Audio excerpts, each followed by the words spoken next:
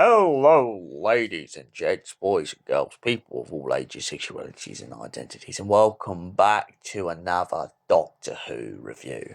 And today's Doctor Who review is none other than the Chimes of Midnight.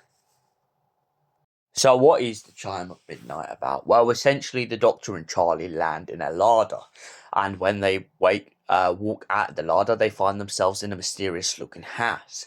It turns out that the house has more secrets than meets the eye, and as Charlie begins to hear a ticking and voices, she suddenly realizes that time must be changing around them.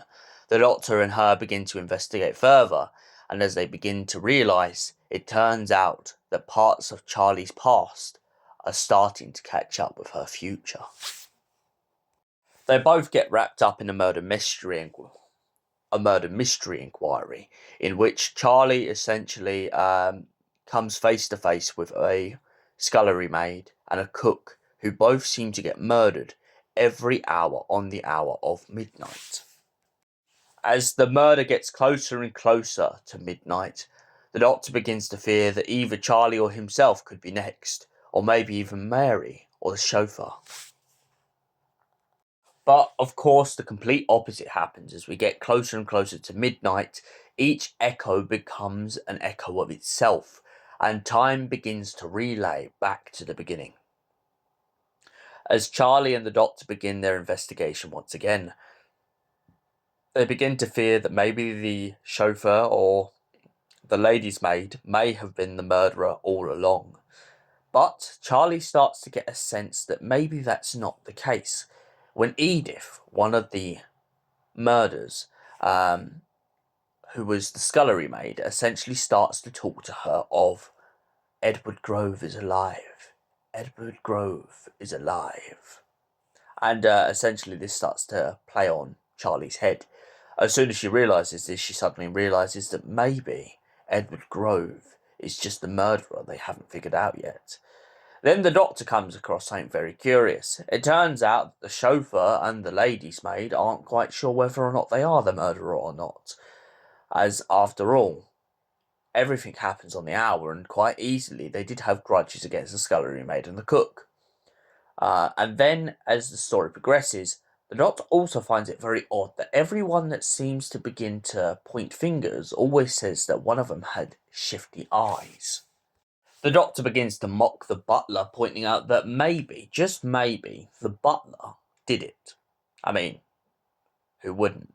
But essentially, the butler then tries to stop him from going up the stairs, and the Doctor's confused by this. If he can go anywhere in the house, why would his lordship not let the Doctor go upstairs? Suddenly, it becomes apparent to the Doctor. Edward Grove himself is not, as such, just some average person. Edward Grove is the house, and every hour on the hour, the house is killing its workers. Why, you may be asking? Well, Edward Grove is doing this because without killing the household, he wouldn't be able to come into existence. Edward Grove is alive, as they say. Edward Grove is alive. After Edward Grove reveals himself to the Doctor, he pretty much puts Charlie Pollard out of the picture.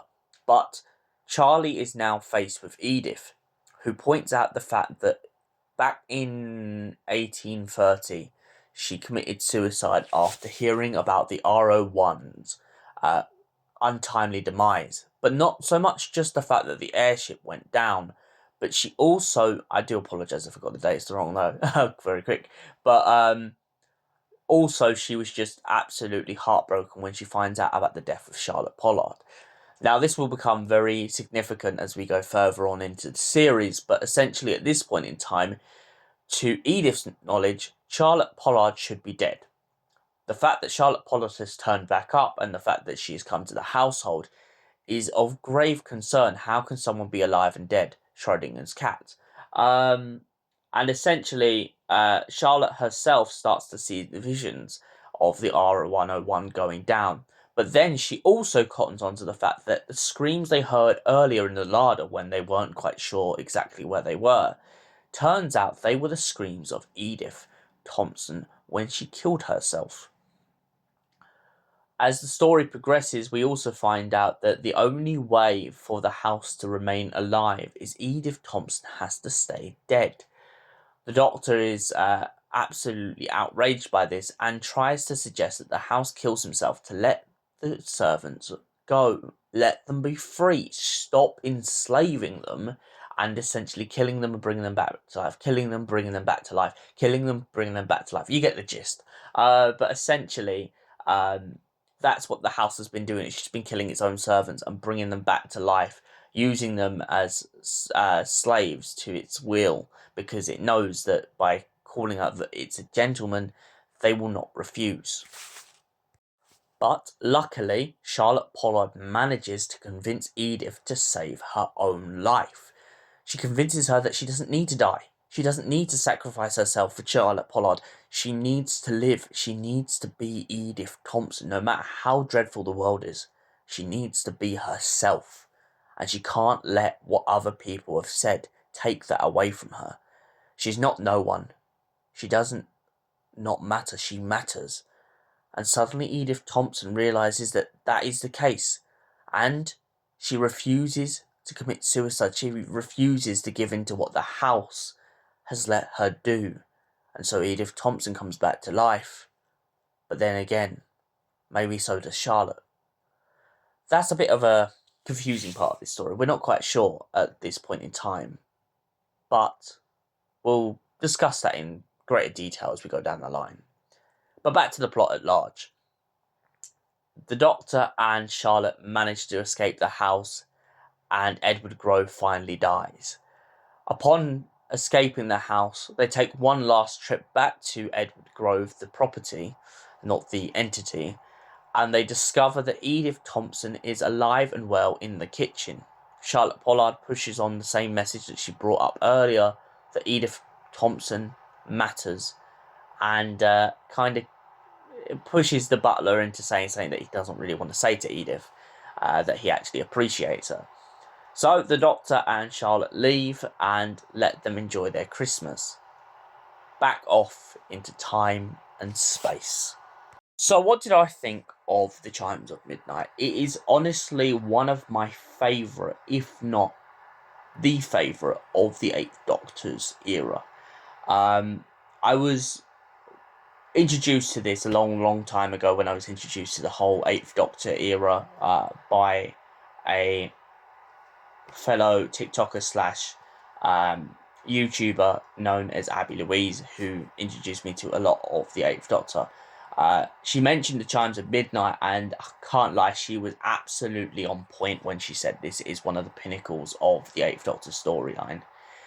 The idea of pointing out Edwardian life and a life of servitude, and most importantly, pointing out the fact that many people, whether it's in the past or in the present, often see people who work as part of their industry as worthless, as meaningless.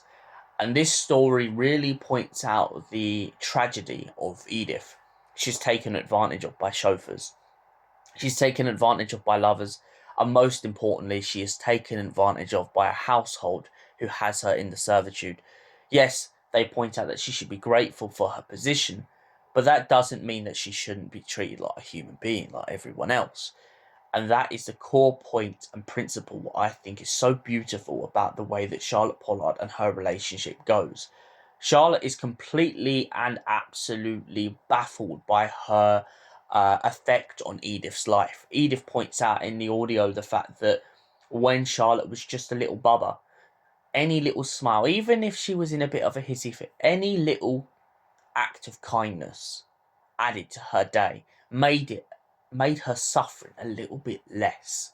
And for that reason, the Chimes of Midnight, personally to me, will always be a solid 10 out of 10. Thank you for watching this Doctor Who review. We'll see you in the next one, Seasons of Fear. Until then, goodbye, you beautiful people.